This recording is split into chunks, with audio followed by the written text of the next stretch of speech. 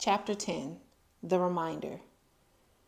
I should remind you, reader, that Roz had no idea how she had come to be on that island. She didn't know that she'd been built in a factory and then stored in a warehouse before crossing the ocean on a cargo ship. She didn't know that a hurricane had sunk the ship and left her crate floating on the waves for days until it finally washed ashore. She didn't know that she'd been accidentally activated by those curious sea otters. As the robot looked out at the island, it never even occurred to her that she might not belong there. As far as Roz knew, she was home.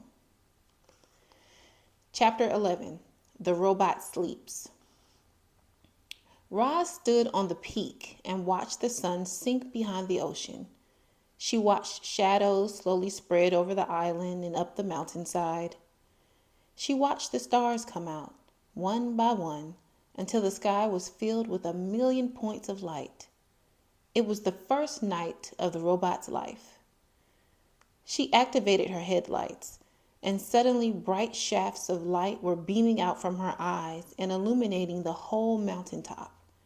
Too bright. So she dimmed them. Then she turned them off and sat in darkness and listened to the chorus of nighttime chirps. After a while, our robot's computer brain decided it was a good time to conserve energy. So she sat and anchored her hands to the rocks. Her non-essential programs switched off, and then, in her own way, the robot slept.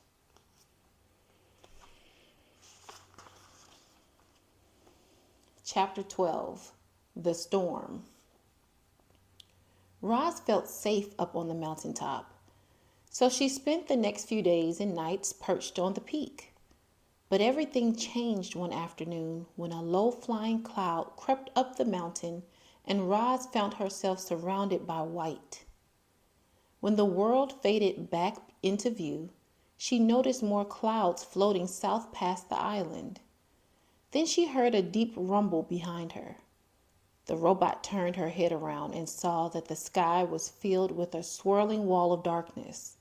Light flickered here and there, more deep rumbles. A storm was approaching, and it wasn't just any storm. It was as fierce as the one that had sent the cargo ship to the ocean floor. The wind picked up, and the first drops of rain tapped against the robot. It was time to go. Roz unclamped her hands and began sliding down the peak. Hot sparks flew from where her body scraped against the leaning slab of stone. As soon as her feet hit soil, she was off and running. The rain fell harder, the wind blew faster, the lightning flashed brighter, the thunder cracked louder. So much rainwater was falling that rushing rivers of runoff started springing up everywhere. Roz splashed down the mountain, searching through the gloom for any kind of shelter. But she should have watched where she was going.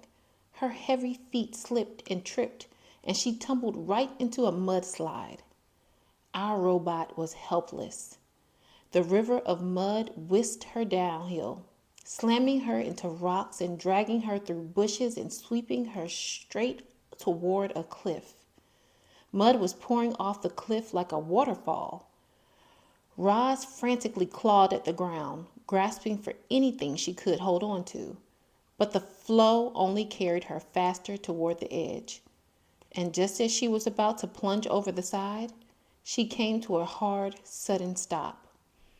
Mud surged around her, spraying into her face and pinning her against some solid thing. She blindly felt with her hands and recognized the thick roots and trunk of a pine tree. In an instant, she was pulling herself up into the branches.